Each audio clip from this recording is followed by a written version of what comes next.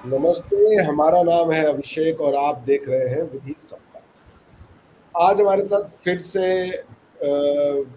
इस वार्तालाप में हमारा साथ दे रहे हैं मुजफ्फर चौधरी जी। तो मुजफ्फर भाई, आपको मैं अपने इस चैनल पे, नए चैनल पे बहुत बहुत स्वागत करता हूँ। बहुत बहुत धन्यवाद आने के लिए। बहुत शुक्रिया डॉक्टर साहब, आपने इनवाइट किया और बहुत अच्छा लगता है आपसे बात करके। बहुत कुछ सीखने को मिलता है, तो आपका बहुत शुक्रिया, आपने मुझे मदद किया। Thank you. Always a pleasure Muzaffar भाई, you are a pleasant personality, so it's always a pleasure to speak to you. Thank you. अच्छा मुजफ्फर भाई, मैं आपसे एक बात समझना चाह रहा हूँ। देखिए, मेरा ये मानना है और हम लोग इसको एक वार्तालाप के रूप में करेंगे। कुछ जी। आप कहेंगे, कुछ हम कहेंगे, यही चलेगा। मेरा ये मानना है कि कोई भी किसी की मानवीय हत्या हो, मानवीय उसके ऊपर ज्यादतियां हो, अमानवीय व्यवहार हो, उसका विरोध किया जाना चाहिए। ठीक है ना? यदि इजराइल के ऊपर अटैक हो, उसका भी विरोध किया जाना चाहिए। फिर यदि इजराइल जरूरत से ज्यादा कार्यवाही पैलेस्टाइन पे कर दे तो उसका भी विरोध किया जाना चाहिए। उसी तरीके से यदि आपने मुस्लिम माइनॉरिटी के फेवर में आवाज उठाई है, पैलेस्टीनियंस के फेवर में आवाज उठाई है, ट्विटर को आपने वो किया है, शेयर किया अपने पोस्ट को, अपने व्यूज को, जैसे ऑल आइज ऑन रफा। तो ये जो भारतीय सेलिब्रिटी हैं, हिंदी फिल्मों में स्पेशली, ये इस तरीके के कॉज को तो बड़ा सपोर्ट करते हैं, all eyes on Rafah, but they are no bloody eyes on Bangladesh. एक भी ट्वीट नहीं है, जबकि ये बनाते हिंदी सिनेमा है, हिंदी फिल्में हैं, भारत के समाज में रहते हैं। तो ये एक तरफा क्यों रहता है? ये चुप क्यों हो जाते हैं? मलाला यूसुफजई नहीं करती है, उनकी बात समझ में आती है कि वो सिर्फ मुस्लिम्स की बात करती है, और एक मैं समझ सकता हूँ उनकी लिमिटेड। मगर अगर भारतीय जो कलाकार हैं या भारतीय जो सेलिब्रिटी हैं वो भी यही बात करें और बांग्लादेश के लिए वो ट्वीट ना करें, बांग्लादेश में हो रहे हिंदुओं के अत्याचार के लिए वो आवाज ना उठाए, तो आदमी तो पूछेगा ना कि ये डबल स्टैंडर्ड क्यों, ये हिपोक्रेसी क्यों? इस पे कुछ बताइए हमें आप। देखिए, ये जो इस तरह की सेलिब्रिटीज होती है ना, मेरे ख्याल में इनको शोहरत चाहिए होती है।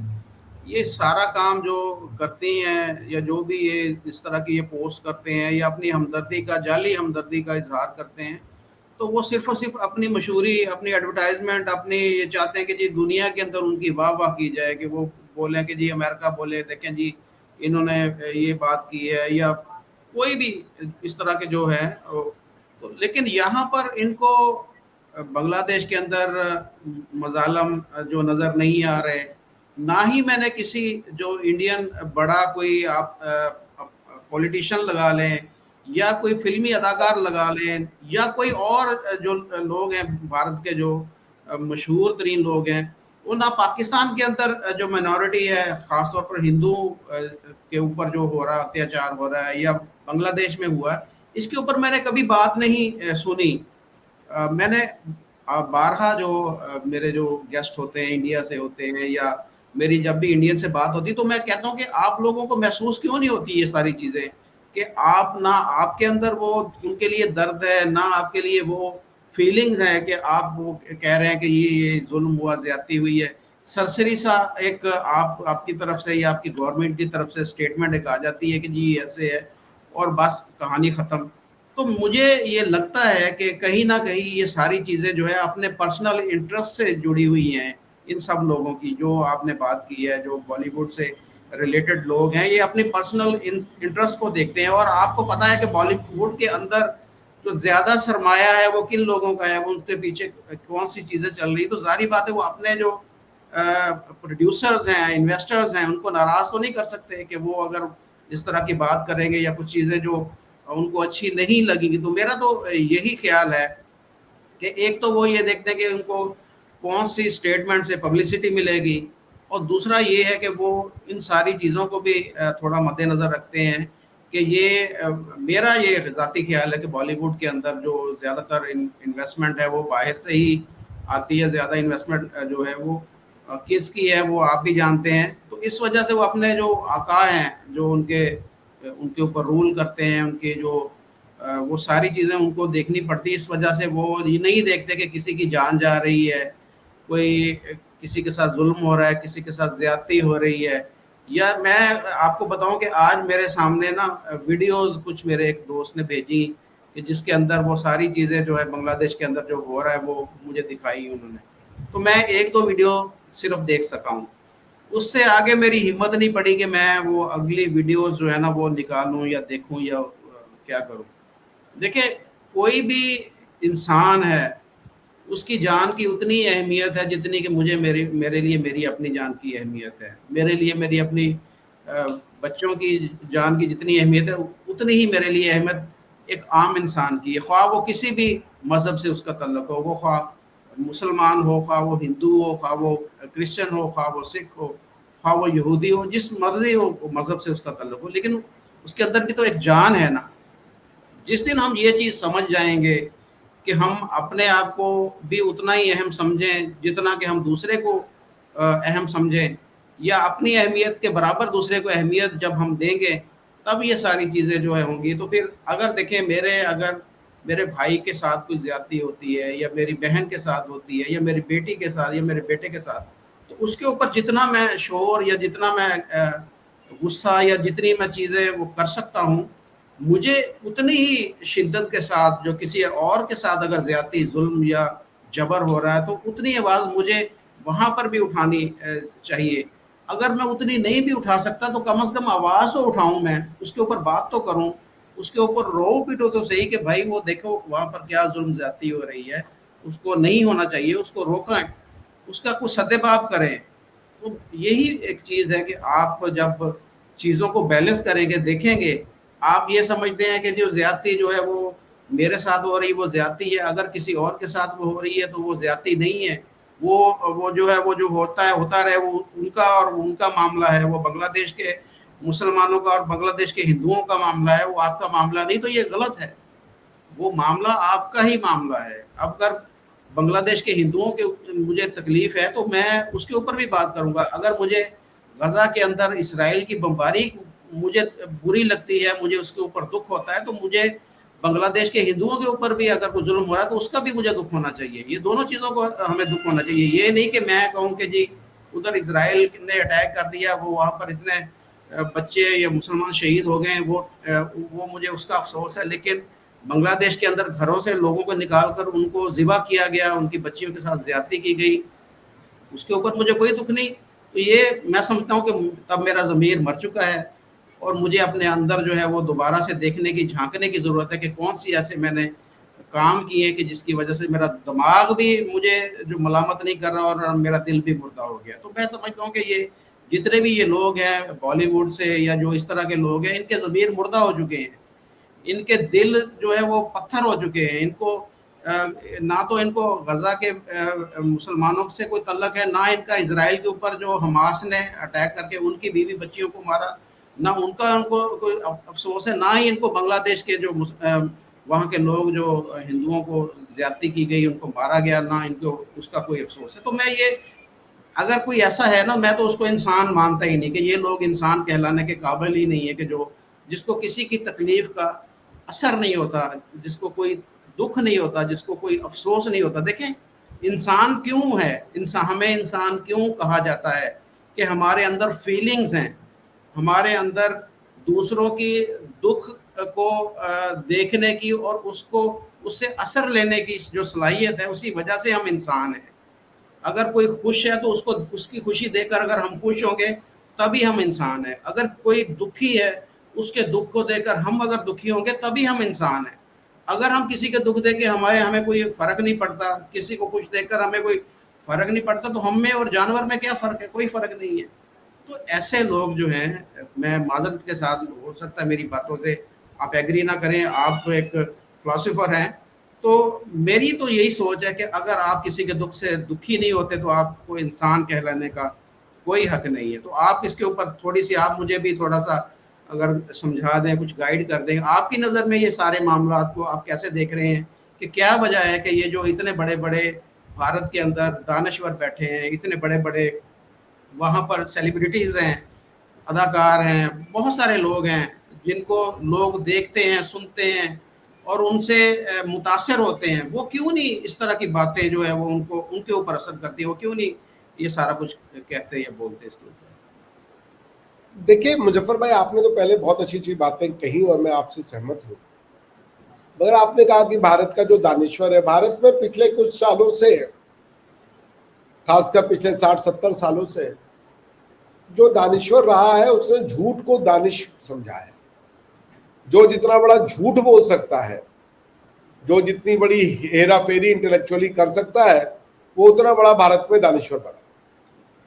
झूठ को फैलाने के लिए पुस्तकें लिखी गई, उन पुस्तकों को फैलाया गया, छापा गया, अवार्ड्स दिए गए।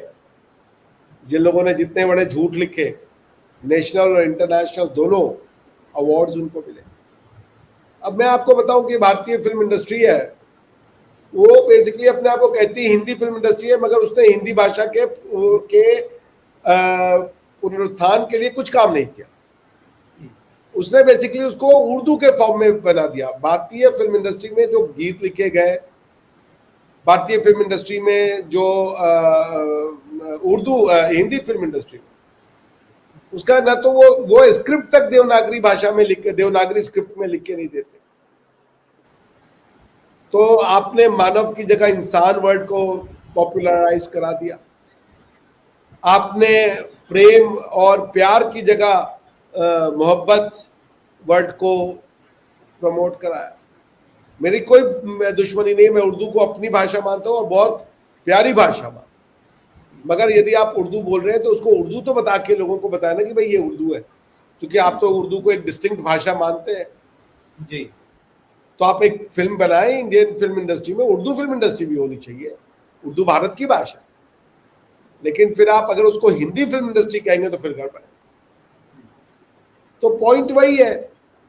एक तो ये जालसाजी की गई, all eyes on Rafah but no bloody eyes on Bangladesh. हमारे देश में भी यही है। हमारे देश में हम ये नहीं लड़ रहे हैं, हम ये कहने वाले कि सारी दुनिया एक वसुधा है, एक धरा है, एक परिवार है। ये कहने वाले लोगों को यहां कहा जाता है ये झूठ बोलते हैं या सत्य असत्य असत्य बोलते हैं। बांग्लादेश में हिंदुओं के नरसंहार आपको अगर एक प्रोटेस्ट करना है शेख हसीना के अगेंस्ट में, तो हिंदू मंदिर क्यों तोड़ रहे हो? उसका क्या लेना देना है? और आप देखिए भारत में हिंदुओं की बात, उन्होंने इसका कोई प्रतिकार नहीं किया। कोई मुस्लिमों के अगेंस्ट में राइट नहीं किए गए। जब बाबरी मस्जिद तोड़ी गई थी तो मंदिर बांग्लादेश के और पाकिस्तान में दोनों जगह तोड़ दिए गए थे जी। लेकिन भारत ने कभी वो चीज नहीं किया। भारत का हिंदू कभी वो नहीं हुआ। अब ये आपका अजमल कसाब आया, इसने 300 लोगों को मार दिया, कभी हिंदुओं ने किसी मुसलमान के अगेंस्ट में राइट नहीं किया। तो भारत में एक जो दानिश जिसको आप कहते हैं, विद्वत जन, वो झूठ बोलना और हिंदुओं को जिनका नरसंहार हुआ है, जिनका कल्चरल जिनोसाइड हुआ है, जिनका फिजिकल जिनोसाइड हुआ है, उनको ये तक नहीं एक्सेप्ट करने देना चाहते कि तुम्हारा जिनोसाइड हुआ है। भारत में जो अभी भी चल रहा है, हमारी गलती ये है कि हम सबसे प्रेम करते हैं। राहुल गांधी जी आके असत्य असत्य असत्य कहते हैं, हिंदुइज्म की बात करने वाले मोदी जी को नफरती तो कहते हैं, पर बांग्लादेश में हो रहे हिंदुओं के संघार पे मुझे नहीं लगता उनका कोई स्टेटमेंट आया। ये वही लोग हैं जो हमारे देश में पूछते हैं कि ये तो तुम कहते हो हिंदू खतरे में है। कहाँ हिंदू खतरे में है, दिखाओ जरा। बांग्लादेश में 1971 में 24% पॉपुलेशन घट के 7% आ गया, पर ये मानेंगे नहीं कि वहां का मुसलमान, वहां का हिंदू गायब हो गया। वो ये नहीं मानेंगे कि गजवाए हिंद एक रियलिटी है, और इसको कई जो मुसलमान है वो रियलिटी मानते हैं कि हिंद का पूरा हमको आइडेंटिटी बदल करके उसको इस्लामिक बनाना। अरे यहाँ के तो पत्रकार भी है, वो कहते हैं भाई तुम बोलते क्यों, तुम मत बोलो। जो एक मुसलमान अपने लिए बोल सकता है उसको मुझसे हिंदू मत बोलो, क्योंकि वो नाराज हो जाएगा, वो वैसा ही बन जाएगा। लेकिन हिंदुओं को जो बोलो वो वैसा नहीं बनेगा। अगर मुसलमानों को वो मत बोलो कि ये हिंसा करते हैं और ये करते हैं, तो हिंदुओं को भी तो मत बोलो भैया कि ये हिंसक है, ये झूठ बोलते हैं, ये अत्याचार करते हैं माइनॉरिटीज पे, तुम भी उनको भी तो सच बोलो। तो भारत में हिंदू होना, देखिए आपसे सच बताओ तो एक अपराध है। आप विश्वास नहीं करेंगे मुजफ्फर भाई, भारत की सरकार ने हिंदू मैरिज एक्ट 1955 में लाके पूरे के पूरे हिंदू जो हमारा कस्टमरी कन्वेंशन लॉ था, जो हमारे बाप दादा पुरखों ने लिखा था और कुछ प्रैक्टिसेस में था, उसको चेंज कर दिया। और जब वो हिंदुओं के लिए कोडिफाइड पर्सनल लॉ लेके आ गए, उसी समय वो मुसलमानों के लिए वक्फ एक्ट ले रहे थे। यानी कि आपने यदि एक किसी मनुष्य ने, किसी मुसलमान ने अपनी जमीन वक्फ को दे दी, इसका मतलब अल्लाह को दे दी। भारत की जमीन कौन सी मुसलमानों की जमीन हो गई, मुझे तो ये समझ में नहीं आ रहा। आई एम प्रीटी श्योर कि अबू धाबी में जो मंदिर मिला है वो मंदिर कोई हिंदुओं को नहीं दे दिया गया होगा, वो लैंड हिंदुओं अबू धाबी का ही रहेगा।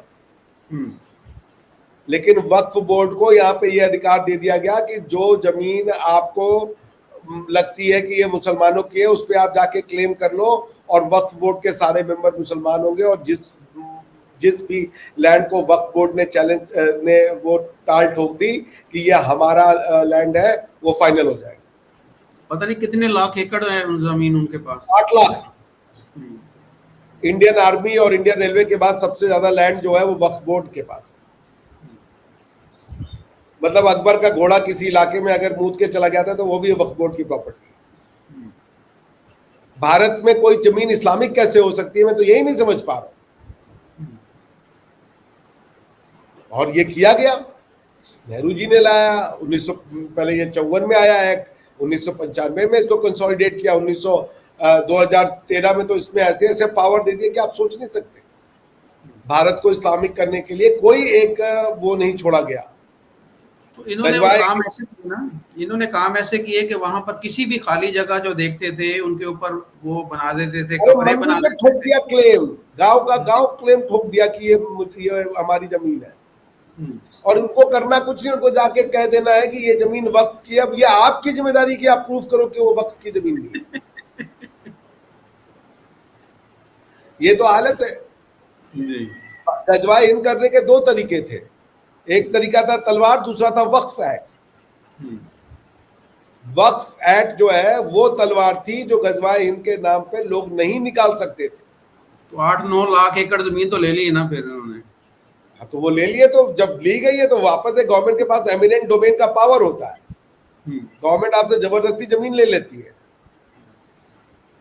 भारत। और जब हिंदुओं की जो मंदिर है वो गवर्नमेंट के कंट्रोल में है। अच्छा, हाँ, वो अपना मंदिर नहीं चला सकते। उस मंदिर से जो पैसा आता है उससे वक्फ बोर्ड को पैसा जाता है। कि आप जमीन को इस्लामिक डिक्लेयर कर दो। This can only happen in India. यानी कि जो हिंदू भाई हमारे पैसा भगवान के नाम पर मंदिर में डालते हैं, वही पैसा वहां से उठाकर मस्जिद में दे दिया जाता, मस्जिदों को दे दिया जाता है। वक्फ बोर्ड को, मस्जिद को तो नहीं, वक्फ बोर्ड को। वो मस्जिद भी उनके अंडर ही है ना। वक्फ बोर्ड मस्जिद मेंटेन कर रही है अगर अपनी जमीन पे, तो मस्जिद को भी जा रहा है। बिल्कुल आपकी बात सही है, मगर जाता तो वक्फ बोर्ड को है।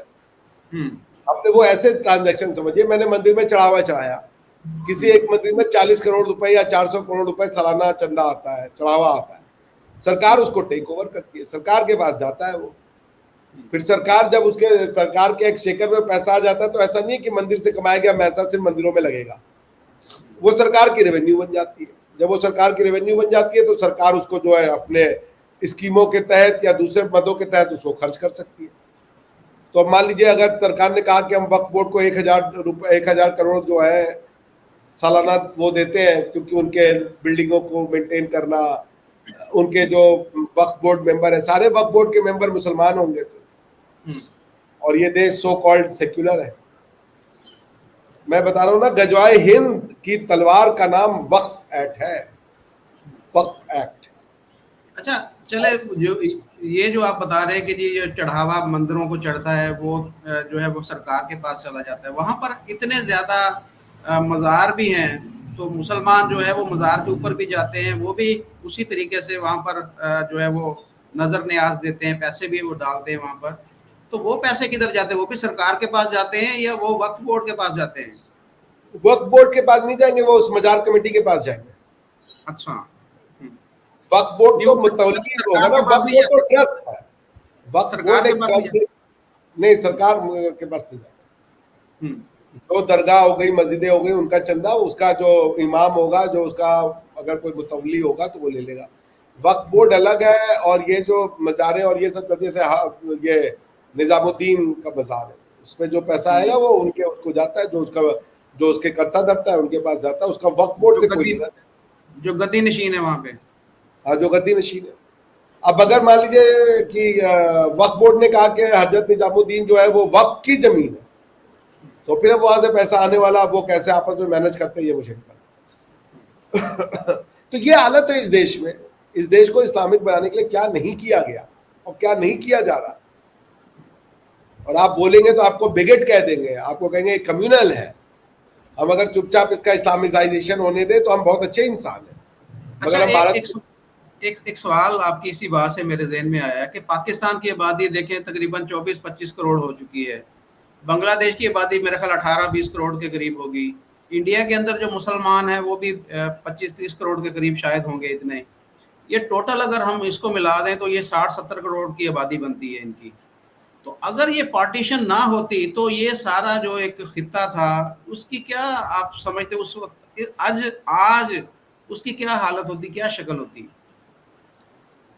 देखिए, रेडिकलाइजेशन जिस तरीके से बांग्लादेश में और पाकिस्तान में था, और जब एक भारत बन जाता तो उसके बाद अगर टूटता नहीं तो क्या नेहरू जी प्रधानमंत्री बनते? क्योंकि नेहरू जी का एक डिस्टिंक्ट तरीका था भारत को देखने का, वो हिंदुइज्म को पसंद नहीं करते थे।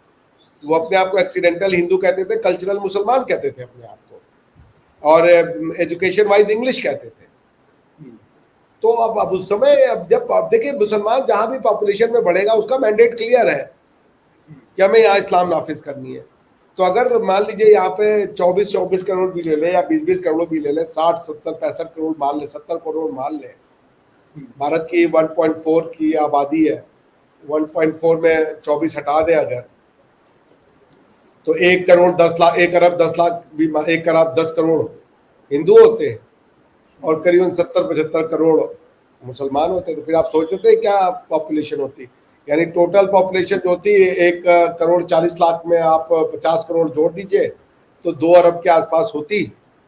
2 अरब के पॉपुलेशन में 70-75 करोड़ मुसलमान होते हैं, बाकी हिंदू होते। तो फिर वो 70-75 करोड़ मुसलमान और 1 अरब हिंदू, तो ये तो 25 करोड़ का ही अंतर है, कोई बहुत ज्यादा नहीं है। ये तो इस्लामिक राज डिक्लेयर हो जाता है, ये इस्लामिक हो जाता है। यहाँ पे या तो सिविल वॉर हो रहा होता, क्योंकि हिंदूज भी इतनी जल्दी छोड़ते नहीं, लड़ते हो।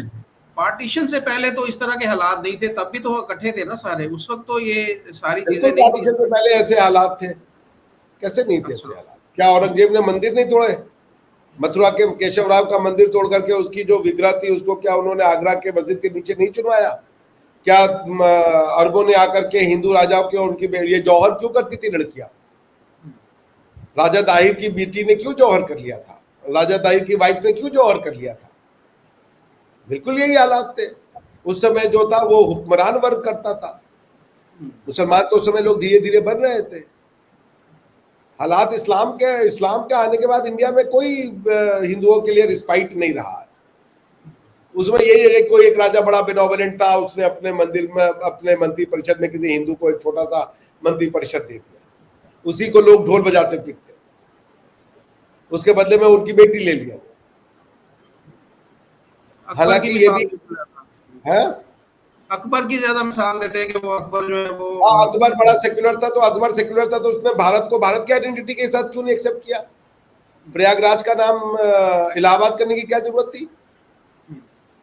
मैं जर्मनी जाऊं और बड़ा सेक्युलर हुआ, जर्मनी में जो उनका मेन सिटी बॉर्न है उसका नाम काशी रख दूं और मैं सेक्युलर होऊंगा? ऐसा नहीं है कि मुगलों की बेटियों से हिंदुओं ने शादी नहीं की, मुगलों की बेटियां भी हिंदुओं ने शादी की, लेकिन हमारे इतिहासकारों ने उसको उड़ा दिया। और ये जो अकबर जोधाबाई की स्टोरी है पूरी झूठी है, इसका कोई बेस नहीं है, कोई जोधाबाई करके उसकी शादी नहीं हुई थी।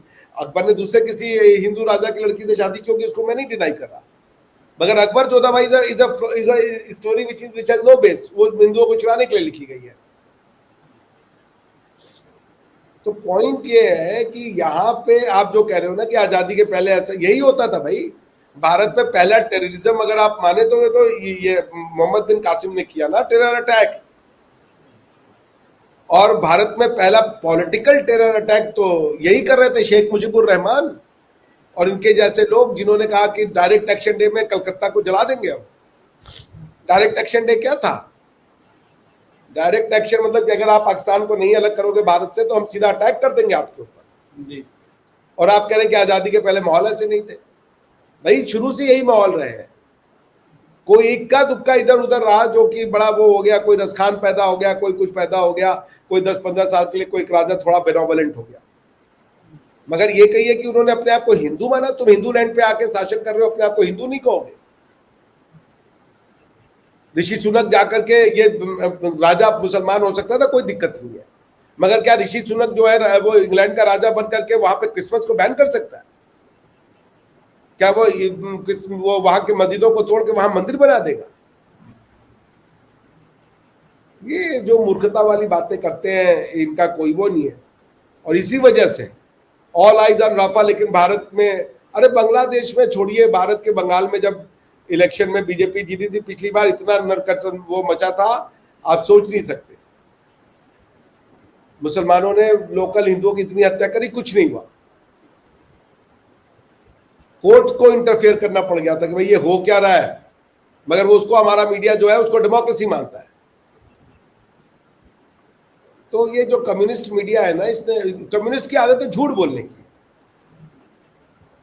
वो हमारे लिए परेशानी का कारण है।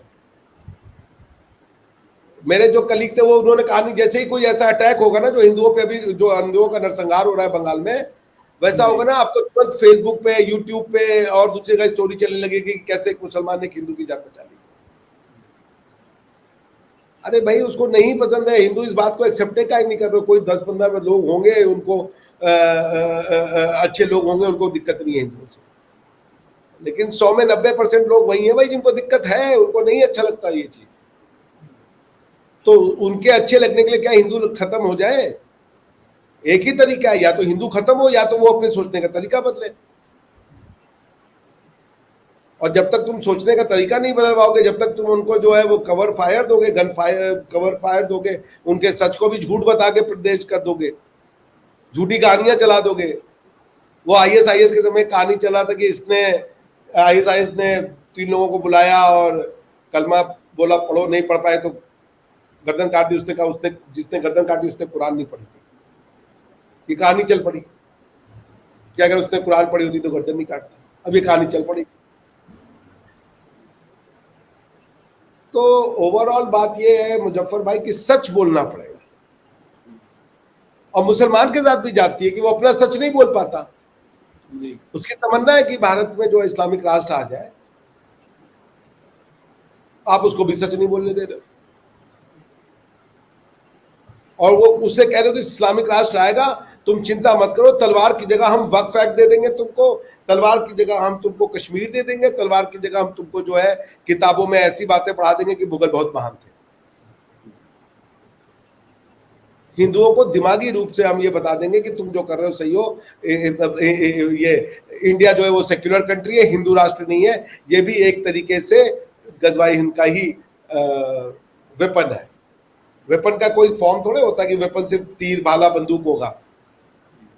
आपके सोच के नजरिए को बदल, भाई आपके दिमाग पे बंदूक रख के बोले अपना विचार बदल दो। एक तरीका ये कि आपके यहाँ पे कनपटी में बंदूक रखेंगे, भाई अपना दिमाग बदल दो तुम आज से। दूसरा ये है कि हम आपके दिमाग को दूसरी तरीके से बदल दें। जैसे हिंदू राष्ट्र नहीं है इंडिया, ये पढ़ा दिया है, हमारे सब बच्चे कहते हैं हाँ इंडिया हिंदू राष्ट्र नहीं, बिना ये जाने कि हिंदू क्या है, राष्ट्र क्या है। तो जो इंटेलेक्चुअल डिसऑनेस्टी भारत के साथ की गई है ना, और जब अब हिंदू प्रतिकार, अभी आप देखिए न्यूयॉर्क टाइम्स में और गार्जियन में शांति है, एकदम पीस छाया हुआ है। हाँ, नहीं कुछ भी नहीं होगा उसमें। इंटरनेशनल मीडिया इसके ऊपर कोई बात नहीं कर रहा।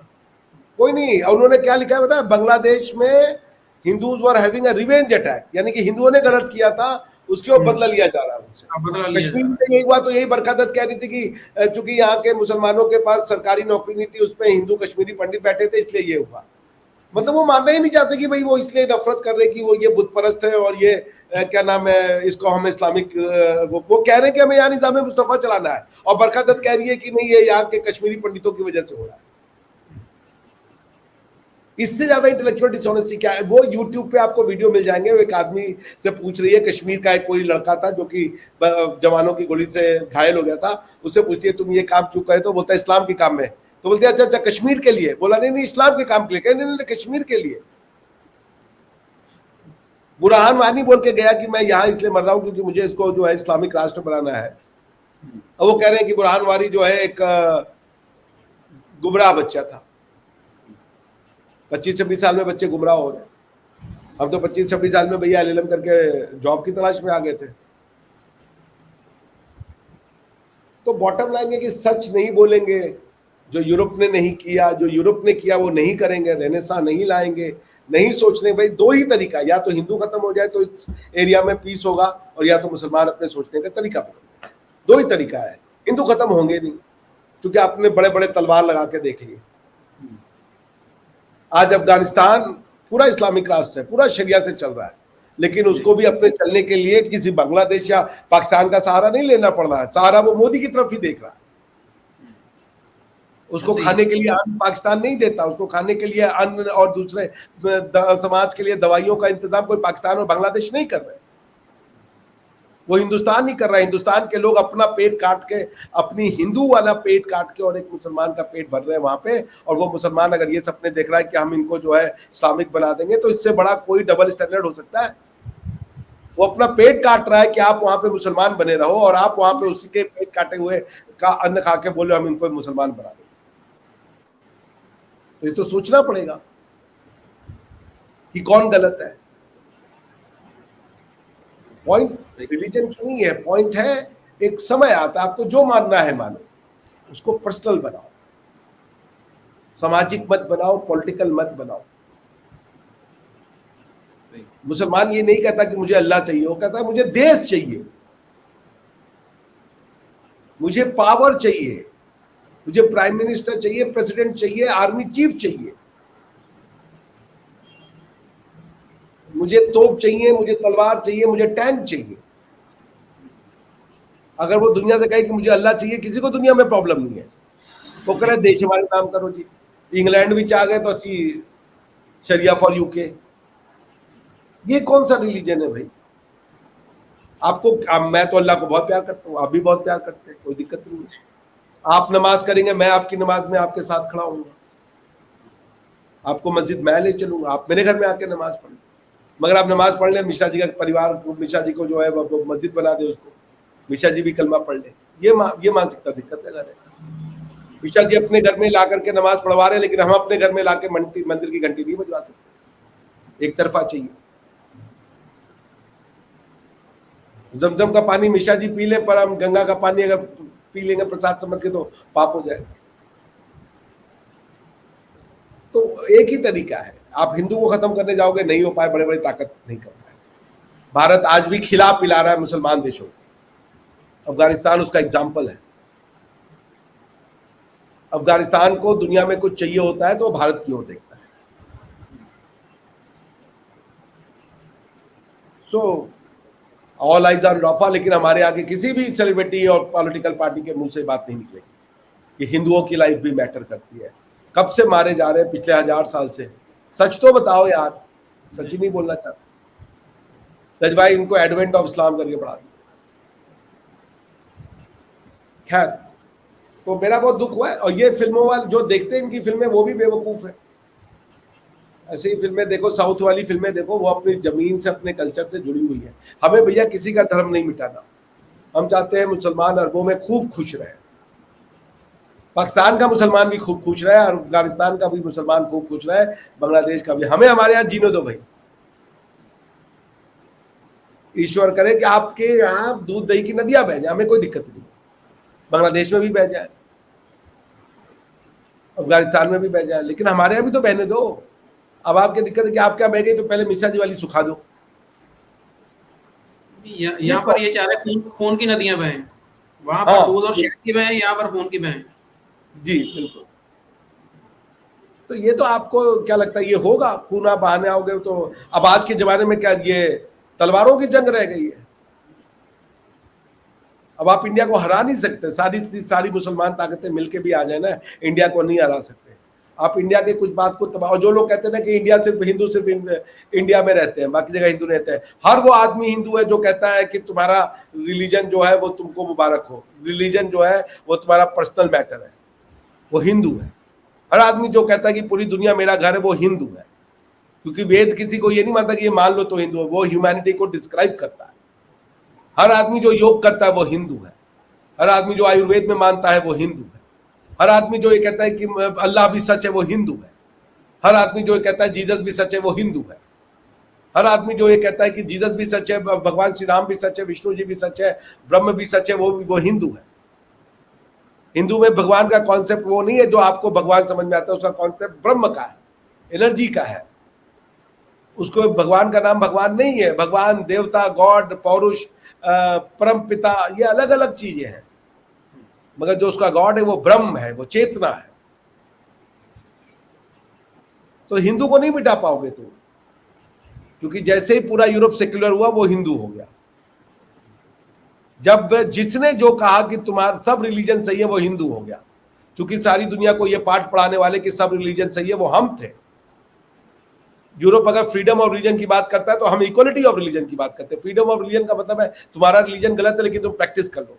इक्वलिटी ऑफ रिलीजन का मतलब होता है कि तुम्हारा रिलीजन सही है, तुम भी प्रैक्टिस करो, मेरा रिलीजन सही है, हम भी प्रैक्टिस करें। तुम्हारा भगवान भी सही है, हमारा भगवान भी सही है। एक हिंदू ही ये कह सकता है कि मैं हिंदू हूं, मैं बुद्ध हूं, मैं जैन हूं, मैं मुसलमान हूं, मैं जूस हूं, मैं क्रिश्चियन हूं, मैं सब कुछ हूं। पर क्या एक मुसलमान कहेगा कि मैं यहूदी हूं और मैं क्रिश्चियन हूं? चलिए हिंदू और वो सब तो हटा दीजिए, मैं ये तो कह सकता हूं मैं हिंदू हूं, मैं बुद्ध हूं, मैं जैन हूं, मैं सिख हूं। लेकिन एक मुसलमान उसी गॉड ने, उसका क्लेम यही है कि एक ही गॉड है, जूस का गॉड भी उसका गॉड है, क्रिश्चियन का गॉड भी उसका गॉड है, और उसका अल्लाह भी वही है, तीनों एक ही गॉड है। क्योंकि मोजेस से जिसकी बातचीत हुई और जिसकी बात अंत में हुई प्रॉफेट मोहम्मद से, वो दोनों एक ही भगवान है। फिर वो ये कहने को तैयार नहीं कि मैं यहूदी हूं। पॉइंट ये है कि जब जो हिंदुओं को, हिंदू सिर्फ भारत में नहीं रहता, हर वो आदमी जो मानवता में विश्वास करता है वो हिंदू है। क्योंकि हम क्या कहते हैं, हम कहते हैं सर्वे संतु सुखिनः सर्वे भवन्तु निरामयः, सब सुखी हो। जो ये बात कहेगा सर्व सुखी हो, वो भारत की बात करेगा, वो हिंदुत्व की बात करेगा। जो कहेगा सब रोग मुक्त हो, वो हिंदुत्व की बात करेगा। जो सर्व जगत के शांति की बात करेगा वो हिंदुत्व की बात करेगा। जो पशु पक्षी के शांति की बात करेगा वो हिंदुत्व की बात करेगा। जो जल अचर चर अचर जल थल नभ सब में शांति की बात करेगा वो हिंदू की बात करेगा, वो हिंदुत्व की बात करेगा। जो मुसलमानों के लिए भी अच्छा चाहेगा वो हिंदुत्व की बात करेगा। जो क्रिश्चियंस के लिए भी अच्छा चाहेगा वो हिंदुत्व की बात करेगा। जो यहूदियों को अपना मानेगा वो हिंदुत्व की बात करेगा। तो हिंदुत्व को तो आप नहीं मिटा सकते। ये फिलॉसफी बहुत कॉम्प्रिहेंसिव है, और इसको बनने के लिए आपको, हिंदू बनने के लिए मुसलमान होना बंद नहीं करना है, आपको मुसलमान होने के लिए हिंदू होना बंद करना है, लेकिन हिंदू होने के लिए मुसलमान होना बंद नहीं करना। There is a difference. एक मुसलमान में एक हिंदू रहता है हमारे हिसाब से, आपके हिसाब से एक मुसलमान में हिंदू नहीं रहता। तो ये दो अलग अलग थ्योरीज हैं। इसलिए जो ये समझते हैं कि इसको समाप्त कर देंगे वो मूर्ख है। अब जमाना नहीं है तीर तलवार का, 4 न्यूक्लियर बम बढ़ेंगे, खेल खत्म हो जाएगा। इसलिए एक ही तरीका है, भाईचारा, प्रेम, लगाव। आपके यहाँ भी दूध दही, पाकिस्तान खूब तरक्की करे, खूब उसमें खुशियां आए, बच्चे पढ़ें लिखें, अच्छा रिकॉर्ड बनाए, भारत में भी वही हो, दुनिया भर में वही हो। भारत विश्व गुरु था, है और रहेगा, इसको छीना नहीं जा सकता, इसलिए भारत से जलने से कोई फायदा नहीं होगा। मैं फिर वही कहूँगा कि हिंदू लाइव्स मैटर, बांग्लादेश के हिंदुओं के साथ मेरी पूरी श्रद्धा है। और यहाँ तक कि मोहम्मद यूनुस ने भी कह दिया, और मैं प्रधानमंत्री मोदी को इसकी बहुत बहुत प्रशंसा करूंगा कि कम से कम उन्होंने ट्वीट में किया तो हिंदू वर्ड तो लिखा कि हिंदुओं को बचाओ वहां पे, वरना पुराने लीडर तो बोलने को तैयार नहीं थे। और हमारे यहाँ के सलमान खुर्शीद टाइप के लोग कह रहे हैं कि यहाँ भी वैसा ही हो जाएगा पोग्रोम जैसा बांग्लादेश में हुआ है। नहीं खुर्शीद साहब, ऐसा नहीं होगा। भारत की हजारों साल की सदियां वो रही हैं, विरासत रही है, और एक राजा आज तक ऐसा पैदा नहीं हुआ जो अपना मुल्क छोड़ करके गया। कोई ऐसा राजा नहीं हुआ, सब इसी देश में पैदा हुए, इसी देश में मरे। सो बस इतना ही कहूँगा कि सब मिलजुल के रहें। और पाकिस्तान के लोगों से भी मैं कहूँगा वंस अगेन अरशद नदीम की आपको बहुत बहुत बधाइयाँ। और बांग्लादेश के मुसलमानों से कहूँगा कि वो जो बंगाली बोलता है, जब तुम बांग्लादेश के नाम पे देश बनाए हो और एक बंगाली बोलने वाले को तुम अपना नहीं मान रहे हो, धिक्कार है तुमको। मेरी तरफ से भी नीरज चोपड़ा जो है वो भी जो मेडल जीते हैं, आपको भी बहुत बहुत मुबारक हो, और उम्मीद करता हूँ कि आइंदा भी वो ऐसे ना बोले कि आपको मुबारक हो, बोले हम सबको, हम सबको मुबारक हो। बिल्कुल जी। अरशद नदीम का गोल्ड मेडल भी मेरा है और नीरज चोपड़ा का गोल्ड मेडल आपका है। बहुत शुक्रिया आपका, आपकी मोहब्बत का।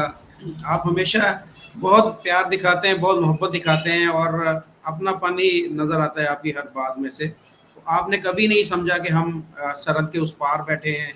ऐसे महसूस होता है कि जैसे हम एक ही कमरे और एक ही छत के नीचे मौजूद हैं। बस यही अंतर है कि हम चाय नहीं पिला रहे आपको एक ही छत में होते हुए, यही एक फायदा है आपको भी और हमें भी। वरना तो पहले चाय बनाओ जी, बिस्कुट लाओ जी, और आप ही बिटिया को कहते छुप के जा ले आओ पार्ले जी, अंकल देख न ले। ठीक है, thank you so much Muzaffar भाई, आपने समय दिया। आपके हम ऋणी हैं, आभारी हैं। बहुत बहुत धन्यवाद। बहुत शुक्रिया। Good night. Thank you.